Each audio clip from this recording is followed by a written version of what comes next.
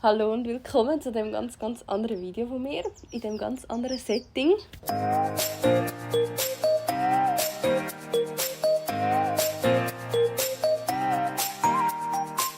Wir sind hier draussen bei meinen Eltern im schönen Gartenhäuschen, sage ich jetzt mal. Früher war das so ein Holzschuppen. Und heute gibt es ein ganz spezielles Video, weil heute ein spezieller Tag ist. Also wenn ihr das Video am 8. Mai schaut, wenn es aufgeladen wird, habe ich Geburtstag. Yay! Ich werde 28, darum 2 plus 8. Ich weiß noch nicht genau, wie der Titel ist von diesem Video. Ich möchte euch ein paar Zeugnisse weitergeben, wie ich Gott erlebt habe und was er in meinem Leben schon bewirkt hat und was für Gebetserhörungen ich schon hatte. Und ja, legen wir los. Als ich anfangs Teenie-Jahre war, haben sich meine Eltern getrennt. Und dort habe ich viel gebetet, dass meine Eltern wieder zusammenkommen. Als sie wieder zusammengekommen sind, war es einfach mega cool, weil unsere Familie war dann wieder komplett war. Und ja, es hat sich wieder als Ganzes angefühlt. So. Und das war eine mega krasse Erfahrung. Und darum bin ich auch finde ich es mega cool. Ehearbeit und so liegt mir mega am Herzen. Und ich würde sagen, dort hat mich Jesus schon geprägt.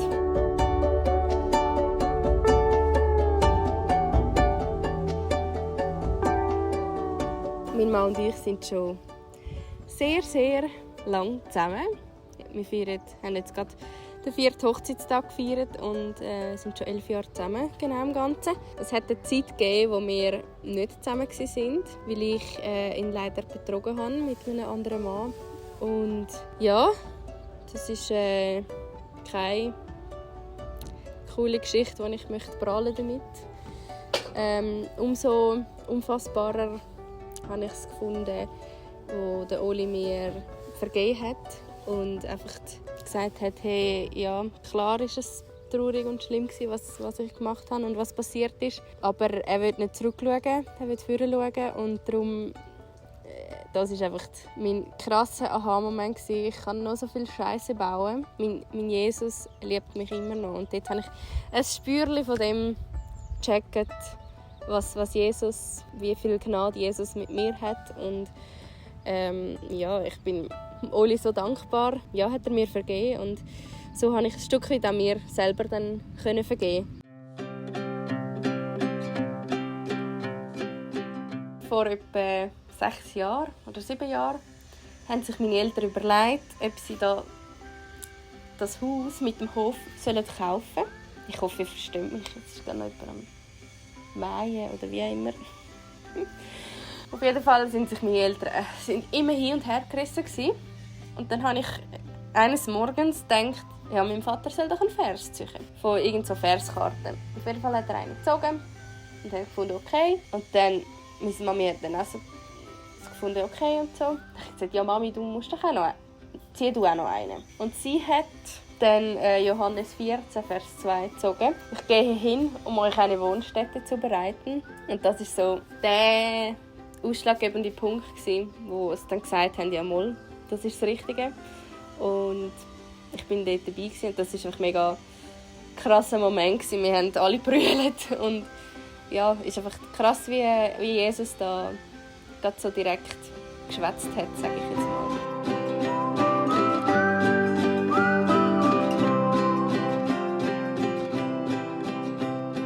Mein Traum war schon immer, mal eine grosse Familie zu haben, eigene Kinder. Und habe schon ewig dafür gebetet. Und darum bin ich mega glücklich und dankbar, wo Gott meinen Traum sozusagen erfüllt hat und mir einen positiven Schwangerschaftstest geschenkt hat. Und dass natürlich auch alles geklappt hat und funktioniert hat. Das ist so eine Gebetserhörung, die ich auch mega schön gefunden habe. Einmal beim Spazieren habe ich leider meinen kompletten Schlüssel verloren. Und dann habe ich hier auch gebetet. Also ich bin in mein Haus gekommen, mein Mann war am Arbeiten.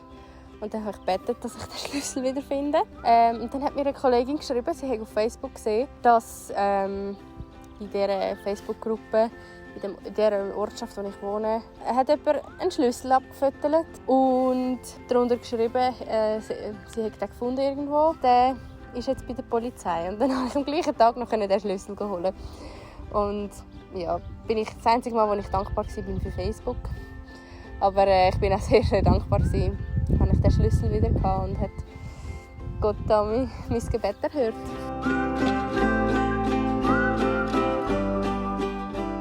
Ich hatte nicht ganz eine einfache Geburt mit dem Kleinen. Ja, erstens war er mega gross.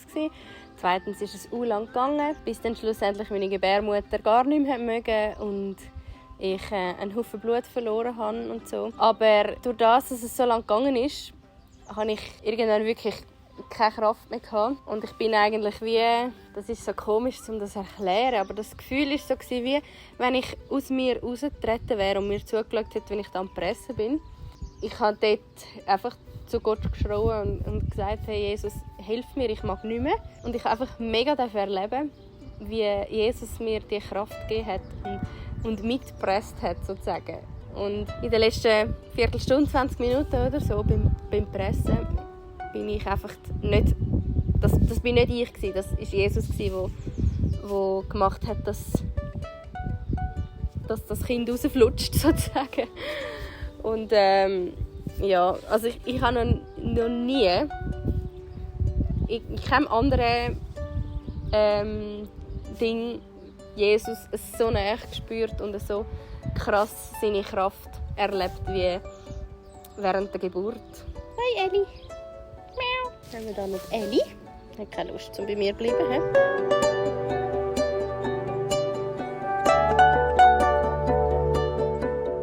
Unser Sohn hat leider eine Aortaverengung gehabt, die nach der Geburt, oder besser gesagt vor der Geburt, haben sie es schon entdeckt. Und er ist am 8. Lebenstag operiert worden, an der Aorta. Und das ist schon, also für meinen Mann glaube ich auch, es war mega hart, um den Kleinen einfach abgeben und die Neonatologie im Kispi. Und an dem Freitagmorgen, wo wir daheim gehockt sind und die Operation vonstatten gegangen ist, ich weiss auch nicht, wir haben einfach einen mega Frieden gespürt und es haben mega viel für uns gebetet und wir haben einfach den Frieden, wo Jesus schenkt, haben wir einfach mega gespürt und wir haben nie irgendwie Angst gehabt, dass es nicht klappen würde. Wir waren natürlich schon mega erleichtert, als dann am Mittag beim Mittagessen das Telefon kam, dass alles geklappt hat. Aber wir waren so entspannt und haben gewusst, der Aaron ist einfach in Gottes Händen und er schaut.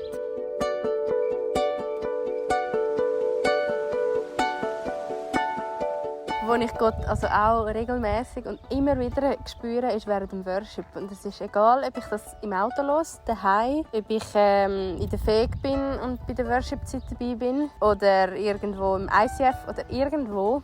Das berührt mich und bewegt mich einfach jedes Mal. Und ja, das bewegt mich einfach immer und ist für mich ein mega Auftanken.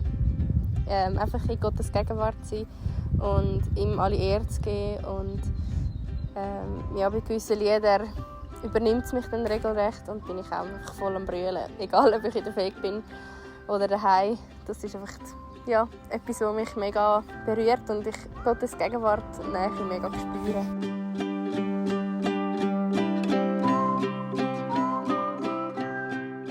Vor 2 Jahren ist ein guter Freund von uns gestorben bei einem TÜV-Unfall. Also, es war mega tragisch. Aber bei dieser Beerdigung, klar, es war mega traurig. Und man hat auch viel gebrüllt. Und ich habe noch nie so fest wie an dieser Beerdigung und bei dieser Abdankung einfach Jesus' Nähe gespürt. Und die Vorfreude, die uns Gott verspricht auf den Himmel, ist einfach dort richtig zum Tragen gekommen. Und zum einen war es mega traurig und zum anderen weiss ich, dass der Kollege im Himmel ist und am besten Ort ist, was es gibt.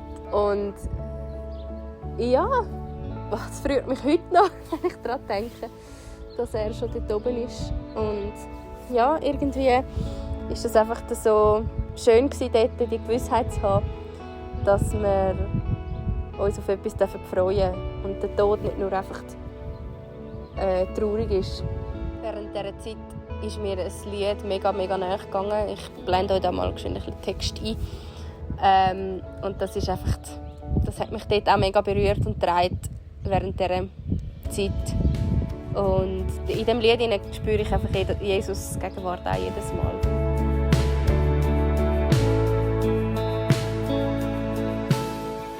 Dann kommen wir noch zum letzten Punkt. Das ist eigentlich erst vor kurzem passiert. Und zwar wollte ich eigentlich immer entweder möglichst in der Nähe von meiner Family oder dann irgendwie Freunde gerade so in der Nähe. Und meine Idealvorstellung war immer so wie bei Friends, so Tür an Tür. Ich habe das, glaube ich, gar nie so definitiv im Gebet festgehalten oder so Jesus gesagt. Aber das zeigt mir mega, dass manchmal müssen wir nicht mal dafür beten. Jesus kennt unser Herz, kennt unsere Wünsche. Ja, jetzt hat sich das so ergeben im Laufe dieses Jahres, dass unsere Nachbarn von eins unten dran haben ein Haus gekauft und haben somit gezügelt. Und sie haben Nachmieter gesucht. Unsere Freunde sind mal bei uns auf Besuch und haben gefunden, ja, die Wohnung ist eigentlich noch cool. Und dann spontan haben sie gesagt, ja, die unten dran wird ja frei, könnt ihr euch mal bewerben oder wie auch immer. Das hat jetzt tatsächlich geklappt. Die wohnen jetzt, glaube ich, einen Monat oder so schon unter uns. Oder noch länger sogar. Auf jeden Fall sind unsere Kinder genau im gleichen Alter. Und es ist einfach so cool. Und man kann einander aushelfen. Man kann füreinander mal kochen. Ja, ich habe das erst realisiert, wo sie eingezogen waren, dass da Gott eigentlich wirklich einen Herzenswunsch von mir erfüllt hat, den ich gar nie so ausgesprochen habe. Und das ist einfach mega cool.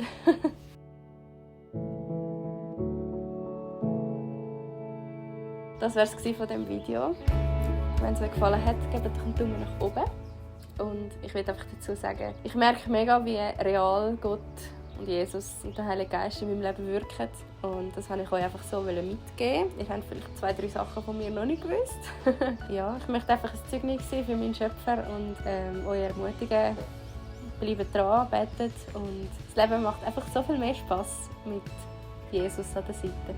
Dann wünsche ich euch einen gesegneten Montag und dann bis zum nächsten Mal. Tschüss!